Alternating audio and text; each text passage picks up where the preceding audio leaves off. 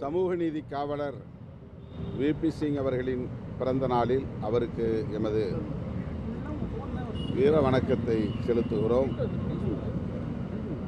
அவர் வழியில் சமூக நீதியை பாதுகாத்திட விடுதலை சிறுத்தைகள் கட்சி உறுதியேற்கிறது.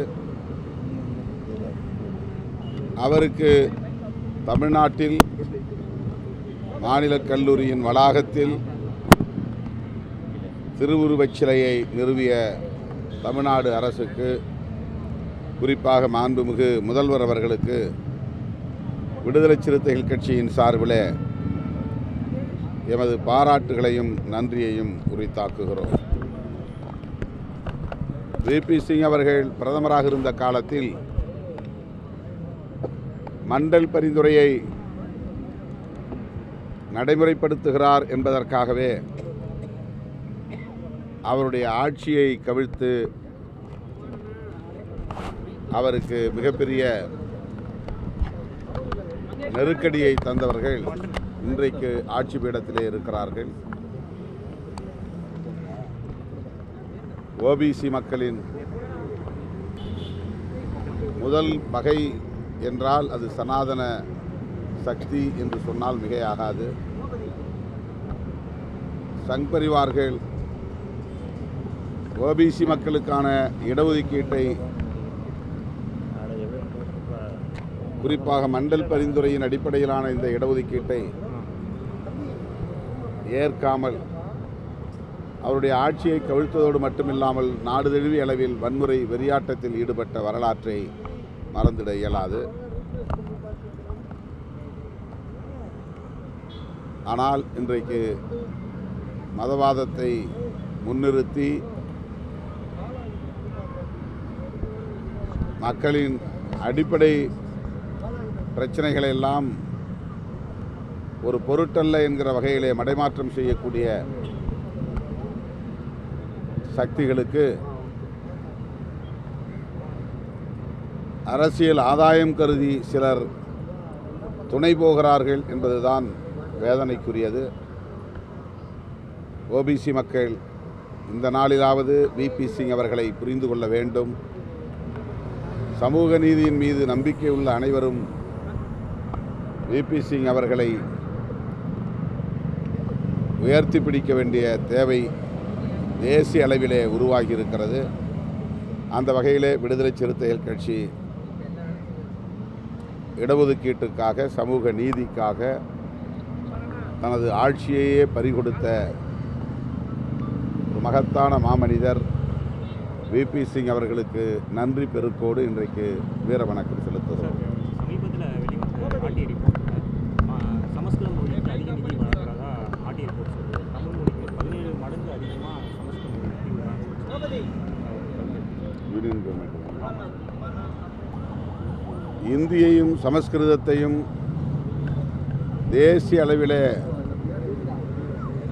வளர்த்திட வேண்டும் என்கிற நோக்கில் பாஜக ஆட்சி பொறுப்பேற்ற நாளிலிருந்து திட்டமிட்டு செயல்பட்டு வருகிறார்கள். கூடுதல் நிதியை ஒதுக்கி சமஸ்கிருதத்தை மேம்படுத்துவதில் அக்கறை காட்டி வருகிறார்கள். தமிழ் உள்ளிட்ட பிற மொழிகளை அவர்கள் ஒரு பொருட்டாக மதிப்பதில்லை.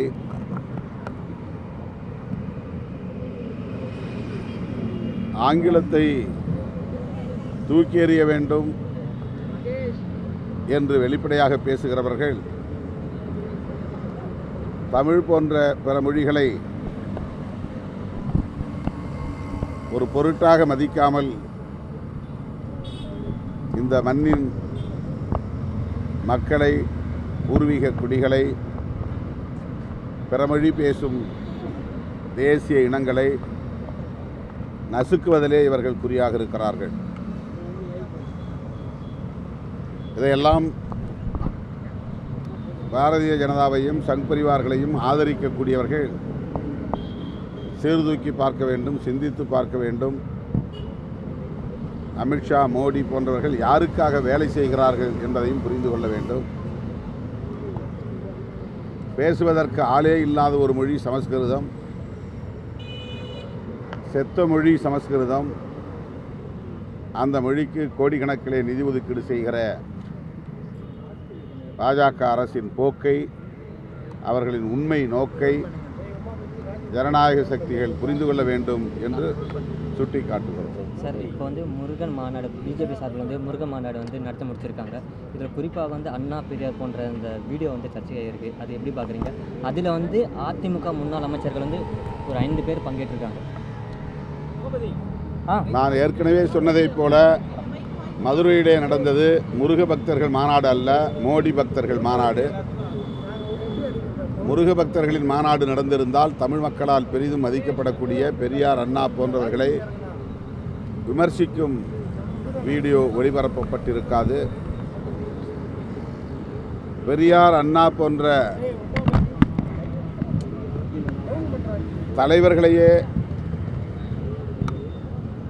தமிழ் மண்ணில் எங்களால் விமர்சிக்க முடியும், அவர்களின் அடையாளத்தை அழித்தொழிக்க முடியும் என்று கங்கணம் கட்டிக்கொண்டு சங் பரிவார்கள் செயல்பட்டு வருகிறார்கள்.